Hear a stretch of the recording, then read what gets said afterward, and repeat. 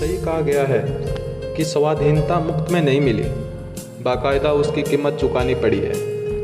देश की पराधीनता के दौरान ब्रिटिश सरकार के अत्याचार जब भारतीय जनमानस की धैर्य की सीमा को लांघने लगे तो क्रांतिकारियों ने ब्रिटिश सरकार को सबक सिखाने की ठानी। आज हम आपको बता रहे हैं मात्र 15 वर्ष की उन क्रांति पुत्रियों के बारे में जिन्होंने भगत सिंह और उनके साथियों की फांसी का बदला लेने के लिए एक जिला मजिस्ट्रेट की हत्या कर दी थी। शांति घोष का जन्म 22 नवंबर 1916 को बंगाल के कलकत्ता में हुआ। शांति के पिता देवेंद्र नाथ घोष विक्टोरिया कॉलेज में प्रोफेसर थे। मातृभूमि के लिए समर्पण की भावना शांति में घर से ही जागृत हुई। प्रारंभिक शिक्षा घर पर ही होने के बाद उनका दाखिला गृह स्कूल में कराया गया। कम उम्र में ही शांति घोष ने छात्र राजनीति में कदम रखा। प्रफुल्ल नील वर्मा के जरिए ही वह युगांतर पार्टी से जुड़ी। यह नाम की ही पार्टी थी, लेकिन इसका मूल उद्देश्य तो क्रांतिकारी गतिविधियों को अंजाम देना था। नेताजी सुभाष चंद्र बोस के कथन, हे माताओं, नारीत्व की रक्षा के लिए तुम हथियार उठाओ। नेताजी के इन कथनों ने शांति घोष को क्रांतिकारी बनने के लिए प्रेरित किया। युगांतर पार्टी में शामिल होने के पश्चात शांति ने तलवारबाजी और लाठी चलाने के साथ साथ अन्य शस्त्रों का प्रशिक्षण भी प्राप्त किया।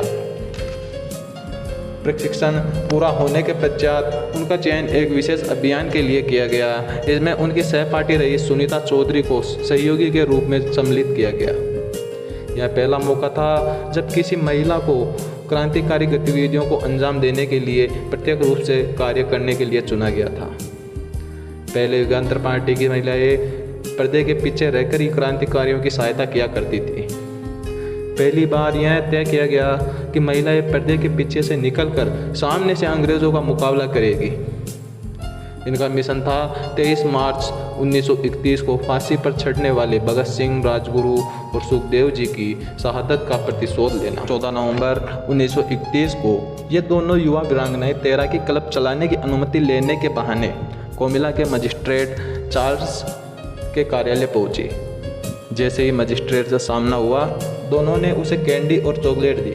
मजिस्ट्रेट ने कैंडी खाकर कहा, बहुत स्वादिष्ट। इसके बाद दोनों महिला क्रांतिकारियों ने तपाक से शॉल के नीचे छिपा हथियार तानकर कहा, अच्छा अब ये कैसा है मजिस्ट्रेट, और उसको गोली मारकर हत्या कर दी। इस घटना के पश्चात शांति घोष और सुनीता चौधरी को मजिस्ट्रेट की हत्या के जुर्म में गिरफ्तार कर लिया गया।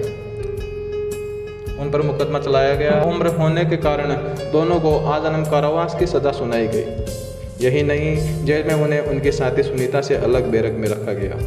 करीब 7 वर्ष जेल में गुजारने के बाद 1939 में शांति घोष को राजनीतिक बंदी होने के कारण जेल से रिहा कर दिया गया।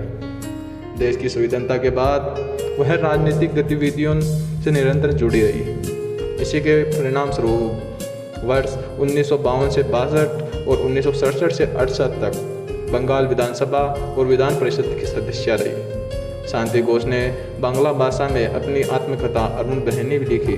शांति घोष और सुनीता चौधरी द्वारा देश की स्वाधीनता में दिए योगदान के लिए हम भारतवासी सदैव ऋणी रहेंगे।